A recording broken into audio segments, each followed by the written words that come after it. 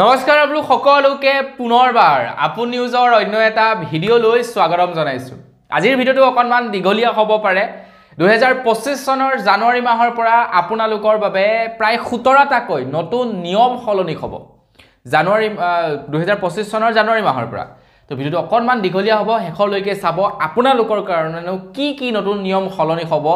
মই আজি আপোনালোকক তাৰ ওপৰতে জনাম। তো মই শ্ৰীপাঞ্জিত গগৈ, আপোনালোকে চাই আছে আপোন নিউজ। আহক আৰম্ভ কৰোঁ আজিৰ ভিডিঅ'। আগবাইছো প্ৰথমটো ভাল খবৰ ফালে। প্ৰথমটো ভাল খবৰ ওলাইছে যিসকলে নেকি এৰোপ্লেনত যাত্ৰা কৰে তেওঁলোকৰ কাৰণে প্ৰথমটো ভাল খবৰ ওলাইছে। অৱশ্যে এইটো নতুন নিয়ম এটা ওলাইছে যিসকলে এৰোপ্লেনত যাত্ৰা কৰে। যিসকলে এৰোপ্লেনত যাত্ৰা কৰে তেওঁলোকে গম পায় যে এয়াৰপৰ্টৰ ভিতৰত বস্তুবিলাকৰ দাম অত্যাধিক। বাহিৰত যেটো পানীৰ বটল 100 টকাত পায় সেইটো তাত 1000 টকাত পাব। তো এনেকুৱা টাইপৰ মানে এয়াৰপৰ্টৰ ভিতৰত। বাহিৰত বাৰু 100 টকা পানীৰ বটল নহয় 10 টকা, কিন্তু এয়াৰপৰ্টৰ ভিতৰত 200 টকা 250 টকা এনেকুৱা মানে এবটল পানীৰ দাম। এতিয়া কেন্দ্ৰ চৰকাৰৰ ফালৰ পৰা এটা নতুনকৈ সিদ্ধান্ত লৈছে যে এতিয়াৰে পৰা এয়াৰপৰ্টৰ ভিতৰৰ বয় বস্তুৰ দাম 60 to 70% কমিব বুলি জনাইছে।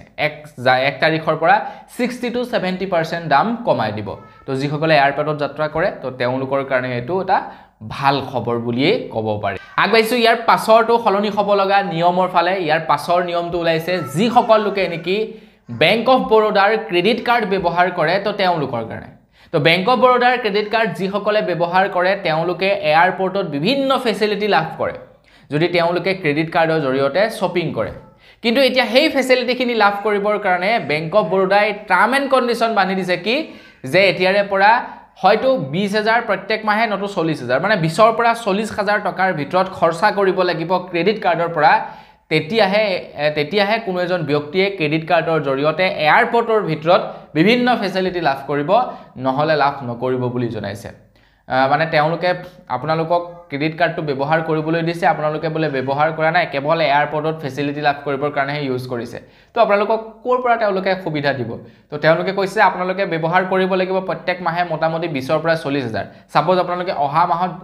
অহা মাহত আপোনালোকে কৰবাত ঘূৰিবলৈ যাব, আপুনি ফেচিলিটি ল'ব বিচাৰে, তো এই মাহতে আপোনালোকে 20ৰ পৰা 40,000 টকা খৰচা কৰিব লাগিব। তেতিয়াহে আপোনালোকে অহা মাহলৈ সেই ক্ৰেডিট কাৰ্ডৰ জৰিয়তে বিভিন্ন টাইপৰ সুবিধা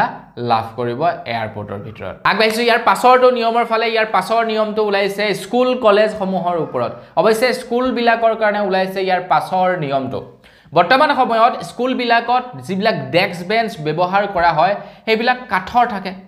মেক্সিমাম কাঠৰে থাকে। কিছু আজিকালি বিদ্যালয়ত প্লাষ্টিকৰ ব্যৱহাৰ কৰিবলৈ লৈছে, বিশেষকৈ প্ৰাইভেটবিলাকত। কিন্তু চৰকাৰীবিলাকত আৰু সেই কাঠৰ বৰিং চেয়াৰবিলাকেই থাকে, হেলুক পেলুক, হয়নে নহয়? তো এতিয়া কেন্দ্ৰ চৰকাৰৰ ফালৰ পৰা সিদ্ধান্ত লৈছে অহা নতুন বছৰৰে পৰা আমাৰ ভাৰতবৰ্ষত চৰকাৰীয়ে হওক বা প্ৰাইভেটেই হওক যিবিলাক বিদ্যালয় আছে তো সেই বিদ্যালয়বিলাকত ডেস্কবিলাক মানে টেবুল চকীবিলাক এতিয়াৰে পৰা এনেকুৱা ব্যৱহাৰ কৰিব লাগিব যাতে সোনকালে জুই নালাগে বা তেনেকুৱা ধৰণৰ টেবুল চকী ব্যৱহাৰ কৰিব লাগিব ল'ৰা ছোৱালীক পঢ়াবৰ কাৰণে। ডাঙৰবিলাকৰ কাৰণে নহয়, সৰু ল'ৰা ছোৱালীবিলাকৰ কাৰণে এই নিয়ম বনাইছে। 1 তাৰিখৰ পৰা এই নিয়মটো সলনি হ'ব। আগবাইছো ইয়াৰ পাছৰটো সলনি হ'ব লগা নিয়মৰ ফালে। ইয়াৰ পাছৰ নিয়মটো GSTৰ ওপৰত ওলাইছে। GSTৰ ওপৰত এটা নতুনকৈ নিয়ম সলনি হ'ব বুলি জনাইছে। এটা নহয়, কেইবাটাও নতুন নিয়ম সলনি হ'ব GSTৰ ওপৰত অহা জানুৱাৰী মাহৰে পৰা 2025 চনৰ পৰা। তো যিসকল লোকে নেকি GST ৰিটাৰ্ণ কৰে তো তেওঁলোকৰ এতিয়া মুস্কিল আহি যাব পাৰে। এতিয়াৰে পৰা GSTৰ ক্ষেত্ৰত বহুকেইটা নিয়ম সলনি কৰিছে। 21 তাৰিখৰ দিনাখন বহুকেইটা সিদ্ধান্ত লৈছে GSTৰ ওপৰত। তো ইয়াৰ ওপৰত এটা ভিডিঅ' বনাবলৈ আছে, এতিয়ালৈকে বনাবলৈ টাইম পোৱা নাই। তো বনাম খুব সোনকালে আপোনালোকৰ কাৰণে আগবঢ়াম। 21 তাৰিখৰ GST কাউন্সিলৰ বৈঠকত আপোনালোকৰ কাৰণেনো কি সিদ্ধান্ত ল'লে, নতুনকৈ কি বস্তু দাম বঢ়ালে, তো সেইবিলাকৰ ওপৰত ভিডিঅ' বনাবলৈ আছেই। তো তাৰ ওপৰতো খুব সোনকালে আপোনালোকক এটা ভিডিঅ' জনাম। আগবাঢ়িছো ইয়াৰ পাছৰটো সলনি হোৱা নিয়মৰ ফালে। তো ইয়াৰ পাছৰ নিয়মৰ খবৰটো দিয়াৰ আগতে কমেণ্ট এটা কৰি জনাওক কেনেকুৱা লাগিছে, ভিডিঅ'টো চাই কেনেকুৱা লাগিছে, আৰু যদি ভাল লাগিছে লাইক এটা কিন্তু কৰিবলৈ নাপাহৰিব। তো খবৰ ওলাইছে ইণ্ডিয়ান ৰেলৱে ডিপাৰ্টমেণ্টে এতিয়া নতুনকৈ এটা এপ্লিকেশ্যন মুকলি কৰিব বুলি জনাইছে। পুৰণা যিকেইটা নেকি এপ্লিকেশ্যন আছে সেই এপ্লিকেশ্যন কেইটাত ব্যৱহাৰ কৰোঁতে যথেষ্ট অসুবিধাৰ সন্মুখীন হয় বিভিন্ন লোকে। য'ত নেকি মানে ধৰি লওক টিকট কাটিবৰ কাৰণে, টিকট কেঞ্চেল কৰিবৰ কাৰণে ঢেৰ সমস্যাৰ সৃষ্টি হয়। এতিয়া IRCTCয়ে জনাইছে নতুন এটা এপছ মুকলি কৰিব য'ত আপোনালোকে খোৱা বোৱাৰ পৰা ধৰি টিকেট পৰ্যন্ত সকলোবিলাক বুকিং কৰিব পাৰিব। আপোনালোকে যেনিবা সাপোজ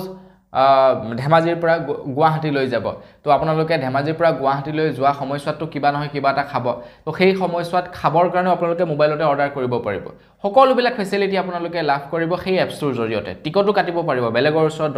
যোৱাৰ দৰকাৰ নাই আপোনালোকক গতিকে আপোনালোকে চিন্তা কৰিব নালাগে 2025 চনৰ পৰা আপোনালোকে এটা নতুন এপছ পাই যাব মই আপোনালোকক জনামেই এনে খবৰত টিকেমাইন চেনেলটো সাবস্ক্ৰাইব কৰি ৰাখিব তাত জনাই দিম এপছটোৰ নাম কি হয় তো আপোনালোকে ইনষ্টল কৰি ল'ব পাৰিব ট্ৰেইনত যদি যাতায়াত কৰে আপোনালোকৰ কাৰণে ভাল হ'ব আগবাইছো ইয়াৰ পাছৰটো খলনি হোৱা নিয়মৰ ফালে মানে খলনি হ'ব লগা নিয়মৰ ফালে তো খবৰ লাইছে যিসকল লোকে নেকি ইপিএফঅত পইচা জমা কৰে মানে যিসকল নেকি চৰকাৰী চাকৰিয়াল বা যিসকল নেকি প্ৰাইভেট চাকৰি কৰে তেওঁলোকৰ কাৰণে এটা ভাল খবৰ ওলাইছে এতিয়াৰে পৰা মানে জানুৱাৰী মাহৰে পৰা ইপিএফঅত যিসকলে পইচা জমা কৰে তো তেওঁলোকে 12%তকৈ বেছি পইচা জমা কৰিব পাৰিব বুলি জনাইছে মানে বৰ্তমান সময়ত হয় কি আপুনি যেনিবা 1 লাখ টকা এটা দৰমহা পায় তো 1 লাখ টকাৰ 12000 টকা এটা কি হয় কাটি ইপিএফঅত জমা হৈ যায় অটোমেটিকলি জমা হৈ যায় এতিয়া এইটো মানে কি হয় এটা মানে গ্ৰছ স্যালাৰি যেটো থাকে সেই গ্ৰছ স্যালাৰিটো পা কাট খাই যায় কিন্তু এতিয়াৰে পৰা কি হ'ব সেইটো ফিক্স নহয় আগতে কি হয় কোম্পানী বিলাকে সেই 12% টো কাটি একাউণ্টত জমা কৰি দিয়ে আপোনাৰ নিজৰ ফালৰ পৰা জমা কৰিব নোৱাৰে কিন্তু এতিয়াৰে পৰা কি কৰিছে আপোনাৰ ইচ্ছা অনুসৰি আপোনালোকে পইচা জমা কৰিব পাৰিব বোলে আপোনাক পইচাৰ দৰকাৰ নাই তো আপোনালোকে ইপিএফত গুটে দৰমহাটো ভৰাব পাৰিব বোলে আপোনালোকক প্ৰয়োজনীয়তা আছে তেতিয়া আপোনালোকে ধৰিলক ভৰাব নালাগে তেনেকুৱা ধৰণৰ মানে মিনিমাম 12% থাকিবই 12%তকৈ ওপৰত আপোনাৰ যিমান ইচ্ছা সিমান ভৰাব পাৰিব আগবাইছো ইয়াৰ পাছৰটো খবৰ ফালে ইয়াৰ পাছৰটো খলনি হ'ব লগা নিয়মৰ ফালে এই নিয়মটো অৱশ্যে এপ্ৰিল মাহৰ পৰাহে খলনি হ'ব 2025 চনৰ এপ্ৰিল মাহৰ পৰা খলনি হ'ব তো সেইটো হৈছে নতুন পেনশন নীতিৰ ওপৰত আৰু যিসকল বৰ্তমান চাকৰিয়ালে চাকৰি কৰি আছে তো তেওঁলোকৰ কাৰণে নতুন এখন পেনশন নীতি আহিছে যিখনৰ নাম হৈছে ইউপিএছ অৰ্থাৎ ইউনিফাইড পেনশন সিস্টেম তো এই ইউনিফাইড পেনশন সিস্টেমটোৰ জৰিয়তে খবৰ ওলাইছে এতিয়াৰে পৰা কোনো এজন চাকৰিয়ালে 10 বছৰ চাকৰি কৰি যদি সি ৰিটায়াৰমেন্ট ল'ব বিচাৰে ৰিটায়াৰমেন্ট ল'ব পাৰিব আৰু তেখেতক প্ৰত্যেক মাহে 10000 টকাকে পেনশন দিয়া হ'ব বুলি জনাইছে এইটো নহয় যে তাৰ দৰমহা আছিল বলে 1 লাখ টকা তো 1 লাখ টকাৰ মানে আগতে যিমান পেনশন পাব লাগে হিমান পাব নহয় 1 লাখ টকা পাওক বা 2 লাখ টকা পাওক পেনশন লাভ কৰিব মাত্ৰ 10000 টকাকে এইটো নতুনকৈ সিস্টেম কৰি দিছে 10 বছৰ ডিউটি কৰাৰ পাছতে তেওঁলোকে পেনশন ল'ব পাৰিব বা অবসৰ ল'ব পাৰিব আৰু তেওঁলোকক মাহে 10000 টকাকে পেনশন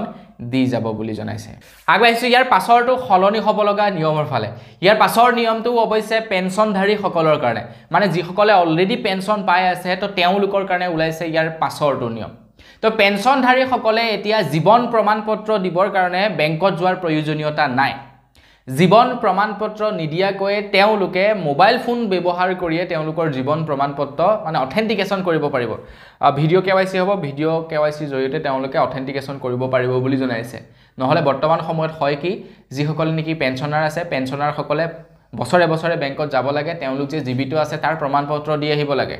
কিন্তু এতিয়াৰে পৰা সেইটো কৰাৰ প্ৰয়োজনীয়তা নাই এপছ ওলাব এপছত তেওঁলোকে ভিডিও কেৱাইসি কৰিব বস আৰামছে তেওঁলোকে পেনশন পাই থাকিব আগবাইছো ইয়াৰ পাছৰটো হলনি হ'ব লগা নিয়মৰ ফালে ইয়াৰ পাছৰ নিয়মটো ওলাইছে ট্ৰেইনৰ ক্ষেত্ৰত তো আপোনালোকে ট্ৰেইনত নিশ্চয় যাতায়াত কৰে কেতিয়াবা এনেকুৱা শুনে বাৰু যে ট্ৰেইন পুৰা টোটালি বুকড হৈ আছে এখন স্পেশাল ট্ৰেইন আছে সেইখনত যদি যাব বিচাৰে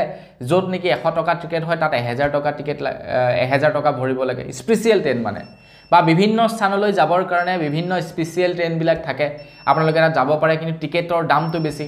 কিন্তু এতিয়াৰে পৰা সুপ্ৰিম কোৰ্টে কৈছে যে এই যি নেকি স্পেশাল ট্ৰেইনৰ সিস্টেম এই নাথাকিব বুলি জনাইছে তো কেন্দ্ৰ চৰকাৰৰ ফালৰ পৰা আইআৰচিটিসি মানে ইন্ডিয়ান ৰেলৱে ডিপাৰ্টমেন্টৰ তৰফৰ পৰা সুপ্ৰিম কোৰ্টে এটা স্পষ্টীকৰণ লৈছে আৰু কৈছে যে এতিয়াৰে পৰা সেই স্পেশাল ট্ৰেইন নাথাকিব ট্ৰেইন দৰকাৰ হলে বঢ়াই দিওক স্পেশাল ট্ৰেইনৰ ব্যৱস্থা কৰিব নোৱাৰিব যিমান দৰকাৰ হয় তাতকে লাগিলে আৰু এক গুণ বঢ়াই দিওক ট্ৰেইন আমাৰ ভাৰতবৰ্ষত কিন্তু স্পেশাল ট্ৰেইনৰ জৰিয়তে জনসাধাৰণক লুটিব নোৱাৰিব বুলি জনাইছে আগবাইছো ইয়াৰ পাছৰটো খলনি হ'ব লগা নিয়মৰ ফালে ইয়াৰ পাছৰ নিয়মটো ওলাইছে যিবিলাক নেকি ডাঙৰ হোলসেলাৰ আছে যিবিলাক নেকি ডাঙৰ দোকানী আছে তো তেওঁলোকৰ কাৰণে তো দোকানী বিলাকে ডাঙৰ হোলসেলাৰ বিলাকে এতিয়াৰে পৰা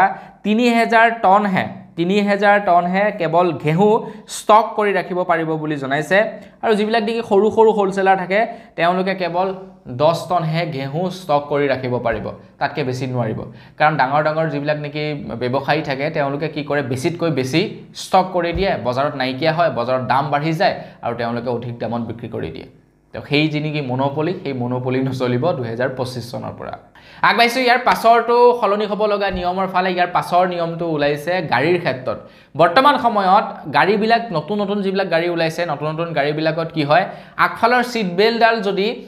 কিবা কাৰণত ড্ৰাইভাৰজনে বা আগফালে বহি থকাজনে নামাৰে তেনে টু টু টু টু টু এটা সাউন্ড দি থাকে আৰু সাউন্ডটো মানে বিৰাটেই মানে দিমাগত ধৰি যায় সাউন্ডটো শুনিবলৈ মন নাযায় চাবচোন আপোনালোকে নতুন নতুন গাড়ীবিলাকত সিস্টেম এটো উলিয়াইছে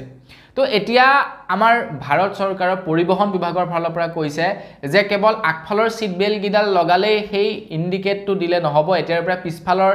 বহি থকা কেইজনে যদিও সিট বেল্ট নলগায় তেতিয়াও সেই ইন্ডিকেটৰ ব্যৱস্থা কৰিব লাগিব বুলি জনাইছে মানে পিছফালে বহি থকা কেইজনেও যদি সিট বেল্ট নলগায় তেন্তে তেতিয়াও এই টুট টুট টুট টুট আৱাজটো দি থাকিব আগবাইছো ইয়াৰ পাছৰটো সলনি হ'ব লগা নিয়মৰ ফালে ইয়াৰ পাছৰ নিয়মটো ওলাইছে যিসকলে নেকি ষ্টক মাৰ্কেটত পইচা ইনভেষ্ট কৰে তো তেওঁলোকৰ কাৰণে এইটো নিয়ম অৱশ্যে সলনি হ'ব তো ষ্টক মাৰ্কেটত যিসকলে পইচা ইনভেষ্ট কৰে তো তেওঁলোকে ইউপিআইৰ মাধ্যমতো এতিয়া ষ্টকত পইচা ইনভেষ্ট কৰিব পাৰিব 2025 চনৰ পৰা ষ্টকত তেওঁলোকে পইচা ইনভেষ্ট কৰিব পাৰিব আৰু প্ৰায় 5 লাখ নে কিমান টকা লৈকে তেওঁলোকে ট্ৰানজেকচন কৰিব পাৰিব ষ্টক কিনা বেচা কৰোতে এনে নৰমালি বৰ্তমান সময়ত আপোনালোকে ইউপিআইৰ মাধ্যমত কেৱল 1 লাখ টকাহে ট্ৰান্সফাৰ কৰিব পাৰে কিন্তু ষ্টক কিনা বেচা কৰিবৰ কাৰণে প্ৰায় 5 লাখ টকা লৈকে ট্ৰানজেকচন কৰিব পাৰিব আইবাইছো ইয়াৰ পাছৰটো সলনি হোৱা নিয়মৰ ফালে ইয়াৰ পাছৰ নিয়মটো ওলাইছে যিসকল লোকে নেকি ঘূৰিব বিচাৰে তেওঁলোকৰ কাৰণে এটা থাইল্যান্ডলৈ যাত্ৰা কৰিবৰ কাৰণে একেবাৰে সহজ হৈ পৰিব যিসকলে থাই মাসাজ ল'ব বিচাৰে যিসকলে থাইল্যান্ডত যাব বিচাৰে তেওঁলোকে ভিসা বনোৱাৰ দৰকাৰ নাই তেওঁলোকে যদি পাসপোৰ্ট বনাই ৰাখে পাসপোৰ্টৰ জৰিয়তে এতিয়া থাইল্যান্ডলৈ যাব পাৰিব বুলি জনাইছে 2025 চনৰ পৰা থাইল্যান্ডে ভাৰতৰ টুৰিষ্টৰ কাৰণে ই ভিসাৰ সিস্টেম কৰিছে আপোনালোকে আবেদন কৰিব পাৰে অনলাইন মাধ্যমত www.thaivisa.gov.th এই ওয়েবসাইটটোত গৈ আপোনালোকে ই ভিসাৰ কাৰণে আবেদন কৰিব পাৰে কিন্তু আপোনালোকক পাসপোৰ্ট লাগিব পাসপোৰ্ট হলেহে আপোনালোকে ই ভিসাৰ কাৰণে আবেদন কৰিব পাৰিব আৰু থাইল্যান্ড আপোনালোকে আৰামছে ঘূৰি আহিবগে পাৰিব আগবাইছো ইয়াৰ পাছৰটো সলনি হ'ব লগা নিয়মৰ ফালে ইয়াৰ পাছৰ নিয়মটো ওলাইছে কৃষকসকলৰ কাৰণে খবৰ ওলাইছে 2025 চনৰ পৰা কৃষকসকলে কোনো ধৰণৰ গ্যাৰান্টি নিদিয়াকৈ 2 লাখ টকা পৰ্যন্ত ঋণ লাভ কৰিব মানে কোনো কাগজ পাতি দিয়াৰ দৰকাৰ নাই কাগজ পাতি মানে আৰু আপোনাৰ সেই আধাৰ কাৰ্ড পান কাৰ্ডটো দিবই লাগিব কিন্তু আপোনালোকে কোনো ধৰণৰ মাটিৰ কাগজ পত্ৰ এইবিলাক দিয়াৰ দৰকাৰ নাই এইবিলাক নিদিয়াকৈ আপোনালোকে 2 লাখ টকা লৈকে লোন লাভ কৰিব বুলি জনাইছে 2025 চনৰ জানুৱাৰী মাহৰ পৰা কৃষকসকলে কিন্তু তো লাইক এটা কৰিব যদি আপুনি এজন কৃষক হয় আগবাইছো ইয়াৰ পাছৰটো সলনি হ'ব লগা নিয়মৰ ফালে পাছৰ নিয়মটো ওলাইছে পেনশনাৰ সকলৰ কাৰণে যিসকলে পেনশন লাভ কৰে তেওঁলোকৰ কাৰণে এইটো ভাল খবৰ এটা ওলাইছে পেনশনাৰ সকলে এতিয়াৰে পৰা তেওঁলোকৰ জি বেংকতে একাউণ্ট নাথাকক কিয় ভাৰতৰ যিকোনো জায়গা যিকোনো বেংকৰ পৰা তেওঁলোকে তেওঁলোকৰ পেনশন উঠাব পাৰিব বুলি জনাইছে তেওঁলোকৰ পেনশনৰ একাউণ্ট এতিয়া আধাৰ কাৰ্ডৰ সৈতে লিংক কৰাই দিয়া হ'ব আৰু তেওঁলোকে যি যতেই মন নাযায় ততে তেওঁলোকৰ পেনশন উঠাব পাৰিব সাপোজ ধৰি লওক বৰ্তমান সময়ত কাৰোবাৰ যদি ষ্টেট বেংকত একাউণ্ট আছে যদি ধৰি লওক আপোনাৰ সাপোজ ধৰি লওক আসামৰ গুৱাহাটী মহানগৰী কোনোবাটা ব্ৰাঞ্চত যেনিবা আছে তেওঁলোকৰ একাউণ্ট তো তেওঁলোকে সেই ব্ৰাঞ্চত গৈ তেওঁলোকৰ পইচা উঠাব লাগে নহলে এটিএম কাৰ্ডৰ জৰিয়তে উঠাব লাগে কিন্তু এতিয়া সেইবিলাক দৰকাৰ নাই তেওঁলোকে যিকোনো বেংকত ভাৰতবৰ্ষৰ যিকোনো বেংকত উঠাব পাৰিব বুলি জনাইছে আগবাইছো একেবাৰে হেখৰটো সলনি হ'ব লগা নিয়মৰ ফালে একেবাৰে হেখৰটো নিয়ম ওলাইছে পিএফৰ ওপৰত যিসকল নেকি চাকৰি কৰি আছে চৰকাৰী প্ৰাইভেট তো তেওঁলোকৰ কাৰণে একেবাৰে হেখৰ নিয়মটো ওলাইছে খবৰ ওলাইছে যে এতিয়াৰে পৰা 50% পইচা পিএফৰ 50% পইচা এতিয়াৰে পৰা এটিএম কাৰ্ডৰ জৰিয়তে উলিয়াব পাৰিব বুলি জনাইছে এতিয়া হয়তো সকে পিএফৰ কাৰণে নতুনকৈ এটিএম কাৰ্ড আহিব নেকি মানে আপোনালোকে আবেদন কৰি থকাৰ দৰকাৰ নাই ডাইৰেক্টলি আপোনালোকে এটিএম কাৰ্ড এটিএমত ভৰালে ঘছকে পিন চিন মাৰিলে বস পইচা উলিয়াই ললে মানে যেতিয়া দৰকাৰ আপোনালোকে ল'ব পাৰিব 50% পইচা আপোনালোকে উলিয়াব পাৰিব বুলি জনাইছে তো বন্ধু বান্ধৱীসকল বস আজিৰ ভিডিঅ'ত জনাবলগীয়া খবৰ ইমান কেইটা আছিল প্ৰায় 17টাকৈ নতুনকৈ নিয়ম চেঞ্জেছ হৈছে তো কেনেকুৱা লাগিলে জানি কমেণ্ট এটা কৰি জনাব যদি ভাল লাগিলে লাইক এটা কৰিব চেনেলটো সাবস্ক্ৰাইব কৰা নাই সাবস্ক্ৰাইবটো কৰি ল'ব পুনৰ এটা ভিডিঅ' লগ পোৱাৰ খালি বিদায় মাগিছো ধন্যবাদ জয় অসম